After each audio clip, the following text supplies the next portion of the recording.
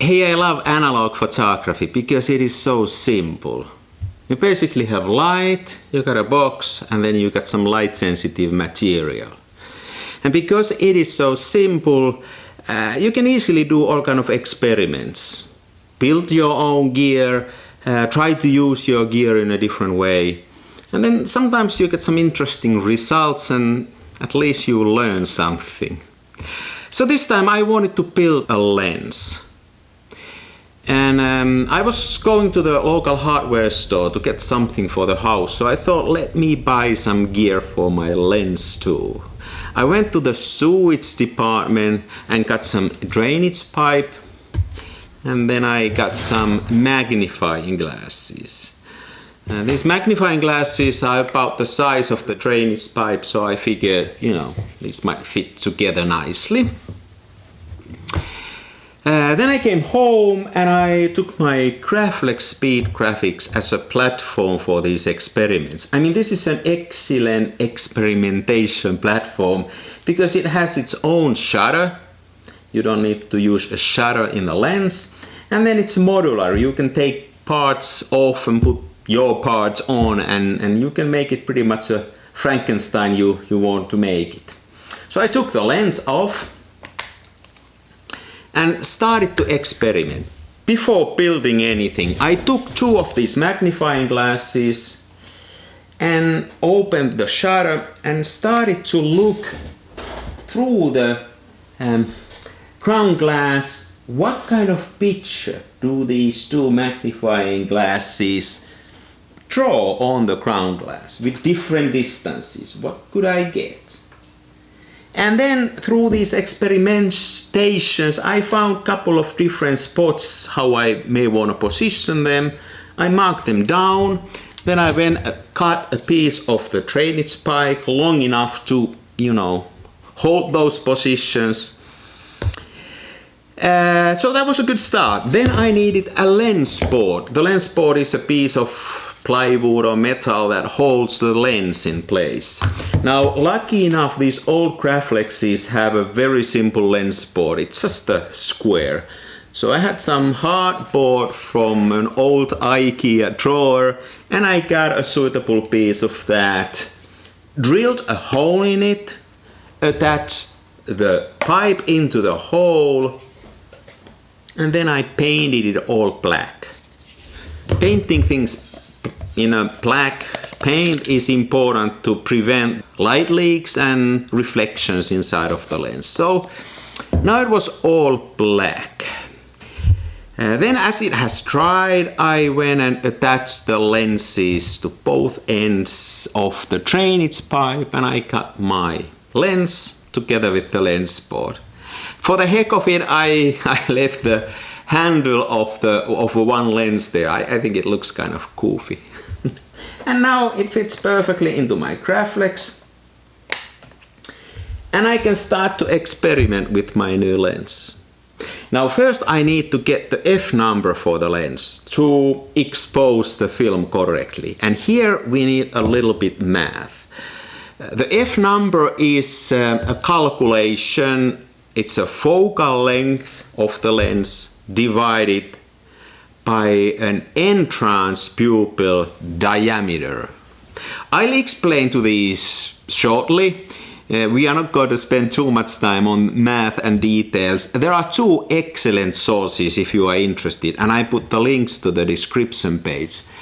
The first one is by Wagner Lungov. He has all the theory, all kind of tools for you to calculate either your own lens or a no-name brass lens that you found from the flea market and that doesn't have any markings. And then there's another one. It's a YouTube channel called Gerald Undone. He has one good video about how to measure the F number.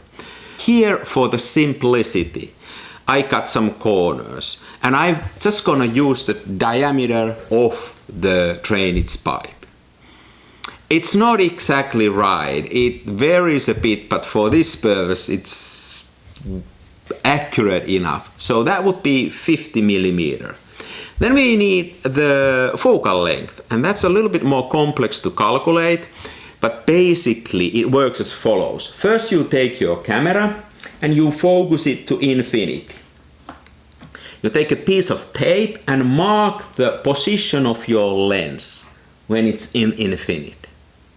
Then you start to focus it to all kind of objects around the house that are closer to infinity. You focus it, and then you measure three things.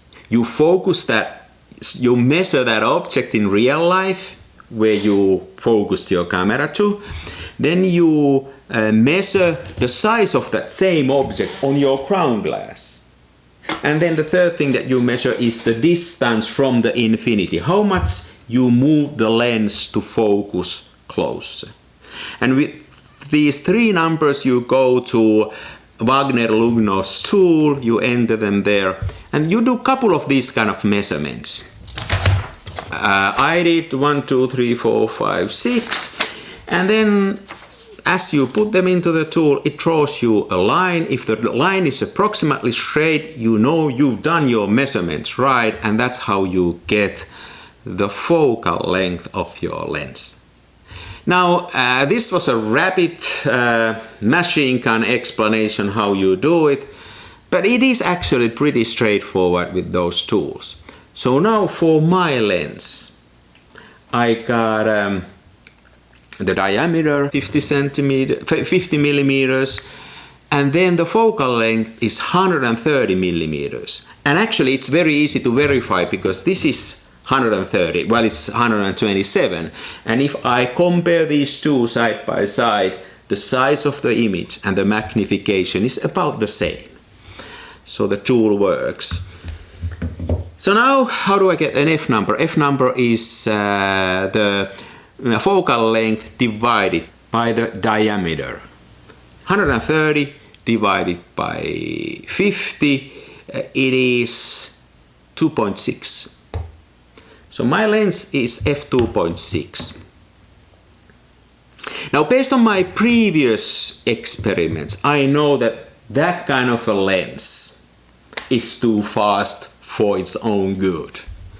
I mean, yes, theoretically it is enormously fast large format lens, but it's all gonna be mushy and it's not gonna be sharp. So therefore I need to be able to adjust the aperture. For that I made some, where did I put them? Waterhouse aperture plates. Oh, I don't know how you are supposed to call this. Just cut them out from a sheet of aluminium, drilled some holes in there, and I measured actually holes. So for f 6.5 you need a hole size of 23.2 millimeters, and for 8 you need 16.25. And then I got a little hole in front of the, or on top of the lens, so now you can push this inside of the lens, and it now limits the aperture. Is 8. Simple as that. Now this would be f2.6 and this would be f8. Now of course when you got a bigger aperture number, then you will lose some light, you need longer exposure times, but then you get much sharper image and the depth of field is much larger. So then I wanted to do some experiments. I first built something in house here and took a few pictures.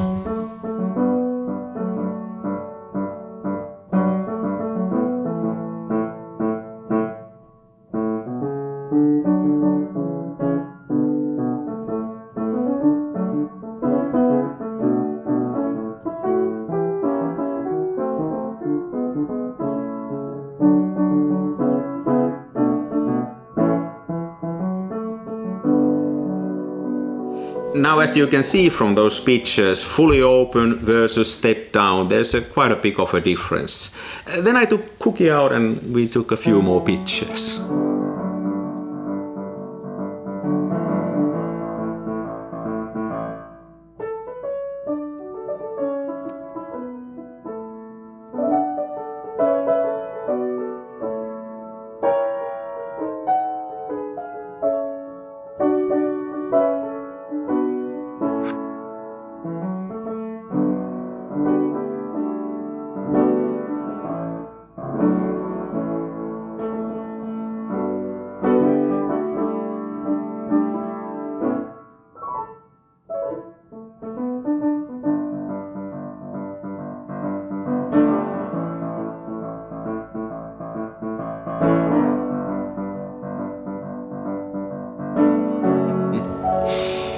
Yeah, it was a lot of fun to do. It took me about maybe an hour to do it, and then paint to dry another hour. It costed me about €8, so this is not an expensive thing to do. I've done these kind of things before. I don't know if you saw. I made several pinhole cameras, and I even made an entire SLR camera out of the parts from the same hardware store. But I haven't used it as much as I thought. Maybe this one. This actually, right now, interests me a bit more. Let's see. And then there's a saying in Finnish that goes, lapsi on terve kun se leikki. You know, it kind of loosely translates, a child at play is a healthy child. So there's that. Hey, thanks for watching. Stay healthy. Next time something else.